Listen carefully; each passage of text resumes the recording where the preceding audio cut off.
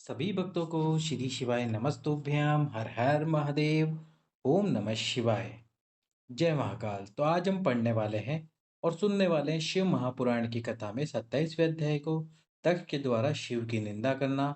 किस प्रकार दक्ष का जो प्रजापति दक्ष है उनका यज्ञ प्रारंभ हुआ और उस यज्ञ में उन्होंने शिव जी की निंदा कर दी। किस प्रकार से वो यज्ञ सफल नहीं हो पाया, आज के इस अध्याय में हम ये जानेंगे। उससे पहले हमने जाना था कि किस प्रकार से जब सभा में भगवान शंकर दक्ष के सम्मुख में नहीं झुके, उनको प्रणाम नहीं किया, क्योंकि जब दक्ष सभा में आए थे तो सबने उनको प्रणाम किया था और दक्ष में अहंकार आ गया था। किस बात का अहंकार? कि मैं सर्वशक्तिशाली हूँ, सबको मुझे प्रणाम करना चाहिए। तो शिव जी ने जब उन्हें प्रणाम नहीं किया तो उन्होंने शिव को श्राप दे दिया। और शिव जी को श्राप क्या दिया? वो भी शमशान में रहने का, उनको शमशान निवासी होने का श्राप दे दिया। जैसे ही शिव जी को श्राप मिला, वहीं पर नंदी जी ने भी दक्ष को श्राप दे दिया। इस प्रकार से दोनों ने एक दूसरे को श्राप दिया। शिव जी ने श्राप नहीं दिया, शिव जी का अपमान होते हुए देखते नंदी जी ने दक्ष को श्राप दे दिया। इसके बाद में आगे के अध्याय में क्या हुआ आज हम जानेंगे। वीडियो को लाइक करें, चैनल को सब्सक्राइब करें, वीडियो को अधिक से अधिक लोगों के पास शेयर कर दें। दक्ष प्रजापति द्वारा महान यज्ञ का प्रारंभ। यज्ञ में दक्ष द्वारा शिव के ना बुलाए जाने पर दधीची द्वारा दक्ष की भर्त्सना करना। दक्ष के द्वारा शिव निंदा करने पर दधीची का वहां से प्रस्थान। ब्रह्मा जी बोले, हे मुने, एक समय दक्ष ने एक बड़े महान यज्ञ का प्रारंभ किया और दीक्षा प्राप्त उसने उस यज्ञ में सभी देवताओं ऋषियों को बुलाया। शिव की माया से विमोहित होकर सभी ऋषि तथा देवता यज्ञ को संपन्न कराने के लिए आए। अगस्त्य, कश्यप, अत्रि, वामदेव, भृगु, दधीची, भगवान व्यास, भारद्वाज, गौतम, पेल, पराशर, गर्ग, भार्गव, कुकुब, सित, सुमंत, त्रिक, कंक और वैश्मापन्य, ये सब तथा अन्य बहुत से मुनि अपने स्त्री पुत्रों को साथ लेकर मेरे पुत्र दक्ष के यज्ञ में हर्षपूर्वक गए। इसके अतिरिक्त समस्त देवगण, महाअभ्युदयशाली लोकपालगण और सभी उपदेवता अपनी उपकारक सैन्य शक्ति के साथ वहां आए थे। दक्ष ने प्रार्थना करके पुत्र, परिवार और मूर्तिमान वेदों सहित मुझे विश्वस्त्रा ब्रह्मा को सत्यलोक से बुलवाया था। इसी तरह भांति भांति से सादर प्रार्थना करके बैकुंठ लोक से पार्षदों और परिवार सहित भगवान विष्णु भी उस यज्ञ में बुलाए गए थे। इस प्रकार अन्य लोग भी विमोहित होकर दक्ष के यज्ञ में आए और दुरात्मा दक्ष ने उन सबका बड़ा सत्कार किया। विश्वकर्मा के द्वारा बनाए गए अत्यंत दीप्तिमान, विशाल, बहुमूल्य तथा दिव्य भव्य दक्ष ने उन्हें ठहरने के लिए दिए।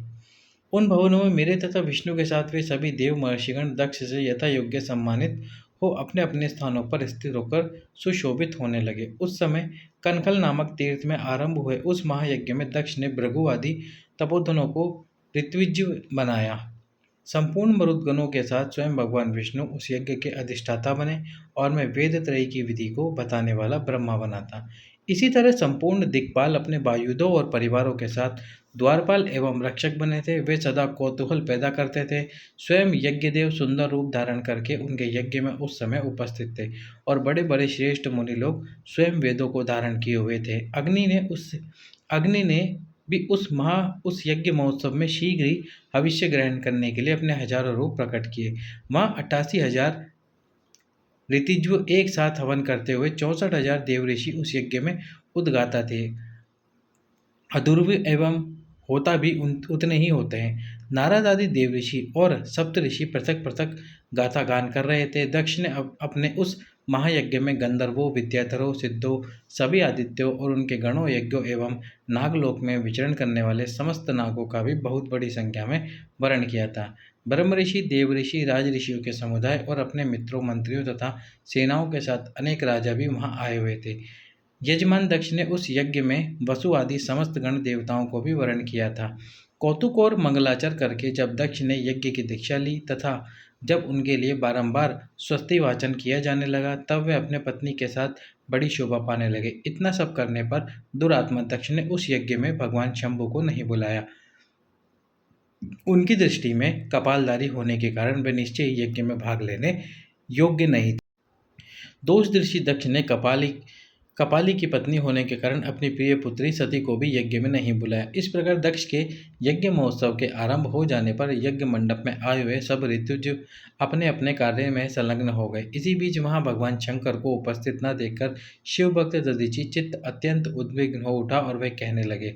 दधीचि बोले, हे प्रमुख देवताओं तथा महर्षियों, आप सब लोग प्रसन्नतापूर्वक मेरी बात सुने। इस यज्ञ महोत्सव में भगवान शंकर क्यों नहीं आए हैं? यद्यपि देवेश्वर बड़े बड़े मुनि और लोकपाल यहाँ आए हुए हैं, तथापि उन पिनाकधारी महात्मा शंकर के बिना यह यज्ञ अधिक शोभा नहीं पा रहा है। बड़े बड़े विद्वान कहते हैं कि मंगल में भगवान शिव जी की कृपा दृष्टि से ही समस्त मंगल कार्य संपन्न हो जाते हैं, जिनका ऐसा प्रभाव है। वे पुराण पुरुष वृषभध्वज परमेश्वर श्री नीलकंठ यहाँ क्यों नहीं दिखाई दे रहे? हे द्विजी, जिनके संपर्क में आने पर अथवा जिनके स्वीकार कर लेने पर अमंगल भी मंगल हो जाता है तथा जिनके 15 नेत्रों से देखे जाने पर बड़े से बड़े मंगल तत्काल हो जाते हैं, उनका इस यज्ञ में पदार्पण होना अत्यंत आवश्यक है।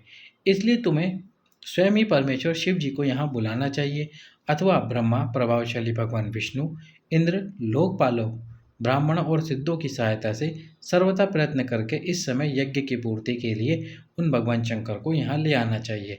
आप सब लोग उस स्थान पर जाएं जहाँ महेश्वर देव विराजमान हैं, वहाँ से दक्ष नंदिनी सती के साथ भगवान शंभु को यहाँ तुरंत ले आए। हे देवेश्वरों, जगदम्बा सहित उन परमात्मा शिव के यहाँ आ जाने से सब कुछ पवित्र हो जाएगा, जिनके स्मरण से तथा नाम लेने से सारा कार्य पुण्यमय बन जाता है। अतः पूर्ण प्रयत्न करके उन भगवान वृषभध्वज को यहाँ ले आना चाहिए। भगवान शंकर के यहाँ आने पर यह यज्ञ पवित्र हो जाएगा, अन्यथा यह अपूर्ण ही रह जाएगा। यह मैं सत्य कह रहा हूँ। ब्रह्मा जी बोले, हे नारद, दधीचि का यह वचन सुनकर दुष्ट बुद्धि वाले मूढ़ दक्ष हंसते हुए शीघ्र ही रोषपूर्वक कहने लगे। भगवान विष्णु संपूर्ण देवता के मूल हैं, जिनमें सनातन धर्म प्रतिष्ठित है। जब इन्हें मैंने सादर बुला लिया, तब इस यज्ञ कर्म में क्या ही कमी हो सकती है? जिनमें वेद यज्ञ और नाना प्रकार के कर्म प्रतिष्ठित हैं, वे भगवान विष्णु तो यहाँ आ ही गए हैं। लोक पितामह ब्रह्मा सत्यलोक से वेदों, उपनिषद और विविध आगमों के साथ यहाँ आए हुए हैं। देवगणों के साथ साथ स्वयं देवराज इंद्र भी आए हुए हैं तथा निष्पाप आप ऋषिगण भी यहाँ आ गए हैं, जो जो यज्ञ में सम्मिलित होने योग्य शांत सुपात्र हैं, वेद और वेदार्थ के तत्व को जानने वाले हैं और दृढ़तापूर्वक व्रत का पालन करने वाले हैं। वे आप सब यहाँ पदार्पण कर चुके हैं, तब हमें यहाँ रुद्र से क्या प्रयोजन है? हे विप्र, मैंने ब्रह्मा जी के कहने से ही अपनी कन्या रुद्र को दी थी। हे विप्र, हर कुलीन नहीं है, उसके माता पिता नहीं है, वह भूत प्रेत पिशाचों का स्वामी है, अकेला रहता है, उसका अतिक्रमण करना दूसरों के लिए अत्यंत कठिन है। वह आत्म प्रशंसक, मूढ़, जड़, मौनी और ईर्ष्यालु है। वह इस यज्ञ कर्म के योग्य नहीं है, इसलिए मैंने उनको यहाँ नहीं बुलाया। अतः दधीचि, आप ऐसा पुनः कभी ना कहें। आप सब लोग मिलकर मेरे महान यज्ञ को सफल बनाएं। ब्रह्मा जी बोले। दक्ष की यह बात सुनकर दधीचि सभी देवताओं और मुनियों को सुनाते हुए सारयुक्त वचन कहने लगे। दधीचि बोले, हे दक्ष, उन भगवान शिव के बिना यह महान यज्ञ भी अयज्ञ है। निश्चय ही इस यज्ञ से तुम्हारा विनाश होगा। इस प्रकार कहकर दधीचि दक्ष की यज्ञशाला से अकेले ही निकलकर अपने आश्रम को चल दिए। तदंतर जो मुख्य मुख्य शिव भक्त थे तथा उनके मत का अनुसरण करने वाले थे, वे भी दक्ष को शाप देकर तुरंत वहां से अपने आश्रमों को चले गए। मुनि दधीचि तथा दूसरे ऋषियों के उस यज्ञ मंडप से निकल जाने पर दुष्ट बुद्धि शिवद्रोही दक्ष मुस्कुराते हुए अन्य मुनियों से कहने लगे। दक्ष बोले, दधीचि नामक वे शिव प्रिय ब्राह्मण चले गए और उन्हीं के समान जो दूसरे थे वे भी मेरे यज्ञ से चले गए। यह तो बड़ा अच्छा हुआ।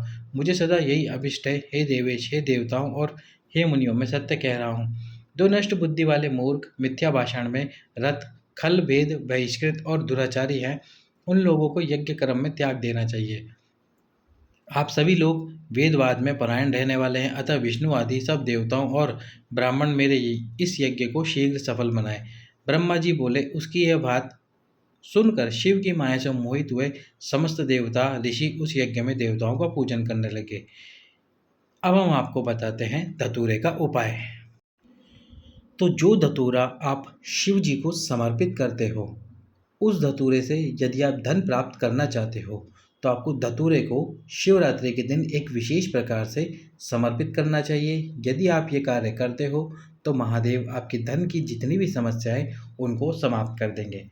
या तो आप ये कार्य महाशिवरात्रि, जो कि साल में एक बार आती है, उस पर कर सकते हो, या किसी भी महीने की शिवरात्रि। किसी भी महीने की शिवरात्रि मतलब हर महीने में मासिक शिवरात्रि आती है। आप देखेंगे कैलेंडर में प्रदोष के साथ ही या प्रदोष के अगले दिन ही शिवरात्रि होती है। तो उस दिन महाशिवरात्रि या फिर किसी भी महीने की शिवरात्रि के दिन आपको एक धतूरा लेना है। अब ये धतूरा आपको भगवान शंकर के शिवलिंग पर कुबेरेश्वर महादेव, कौन से महादेव? कुबेरेश्वर महादेव के नाम से समर्पित करना है। और वो समर्पित कब करना है? ठीक रात को 12 बजे। अब यदि आप किसी मंदिर में इसको समर्पित करते हैं तो बहुत अच्छी बात है, नहीं तो आपके ही घर पर आप इस धतूरे को समर्पित कर दीजिए। यदि मंदिर में कर रहे हैं तो समर्पित करने के बाद आधे घंटे भगवान शंकर के सम्मुख में बैठे रहिए और आधे घंटे श्री शिवाय नमस्तुभ्यम मंत्र का जाप करते रहिए। यदि अपने घर में बैठे हैं, अपने घर पे करा है आपने शिवलिंग पर ये उपाय, तो आप आपके घर के शिवलिंग के सम्मुख में बैठ सकते हैं। आधे घंटे श्री शिवाय नमस्तुभ्यम का जाप कीजिए। जब आप जाप पूरा हो जाए, जैसे 12 बजे आपने जाप शुरू करा है धतूरा समर्पित करते हैं, तो 12:30 बजे तक जाप हो जाएगा। 12:30 बजे उस धतूरे को उठाकर लाल कपड़े में लपेटकर अपने घर के अंदर तिजोरी वाले स्थान पर रख लीजिए। या फिर एक काम और कर सकते हैं आप, यदि आप मंत्र का जाप नहीं कर सकते तो शिव को रात्रि को 12 बजे धतूरा समर्पित करो। अब धतूरा समर्पित करने के बाद में 4 घंटे शिवलिंग पे धतूरा समर्पित रहने दो, यानी कि सुबह 4 बजे से पहले पहले उस धतूरे को उठाओ। जब धतूरा समर्पित करोगे तो कुबेरेश्वर महादेव का नाम अवश्य लेना और उसके बाद में उस धतूरे को उठाकर लाल कपड़े में लपेटकर कुबेरेश्वर महादेव के नाम से आपके तिजोरी वाले स्थान पे जहाँ पर आप धन रखते हो उस स्थान पर समर्पित, उस स्थान पर आपको रख देना है। धन की जितनी समस्या आपके जीवन में चल रही है या आपकी कोई दुकान है या शॉप है, उसमें भी आप उस धतूरे को रख सकते हो लाल कपड़े के अंदर बांधकर। इस प्रकार से धतूरा शिव जी को समर्पित किया जाता है। अब यदि चाहते हो आप कि आपकी रोग मुक्ति हो जाए तो आप किसी भी दिन, या तो सोमवार के दिन या सोमवार की अष्टमी के दिन या फिर शिवरात्रि के दिन या प्रदोष के दिन या किसी भी दिन किसी भी बेलपत्री के वृक्ष के नीचे एक शिवलिंग का निर्माण कीजिए, पार्थिव शिवलिंग का वहाँ निर्माण कीजिए और पार्थिव शिवलिंग का निर्माण करके एक धतूरा अपने रोग का स्मरण करके, किसका? रोग का स्मरण करके समर्पित कर दीजिए शिवलिंग के ऊपर। पहले शिवलिंग की अच्छे से पूजा कर लीजिए और फिर रोग का स्मरण करके धतूरा समर्पित कर दीजिए शिवलिंग के ऊपर। आपका जो भी रोग है वह धीरे धीरे समाप्त हो जाएगा। केवल एक बार आपको ये उपाय करना है, शिवलिंग बनाकर पार्थिव शिवलिंग का निर्माण कर कर आपको वो धतूरा समर्पित करना है शिवलिंग के ऊपर। तो इस प्रकार धतूरे से आप रोग मुक्ति और धन की प्राप्ति कर सकते हो। अगले वीडियो में हम आपको बताएंगे धतूरे के कुछ और उपाय। अब चलते हैं हम शिव महापुराण की कथा सुनने, जिसका अध्याय अंत होने वाला है। हे मुनीश्वर, इस प्रकार मैंने उस यज्ञ को दधीचि द्वारा प्रदत्त शाप का वर्णन कर दिया। अब यज्ञ के विध्वंस की घटना भी बता रहा हूँ, आदरपूर्वक सुनिए, जो हम सुनेंगे आगे के अध्याय में। सभी भक्तों को श्री शिवाय नमस्तुभ्यम। हर हर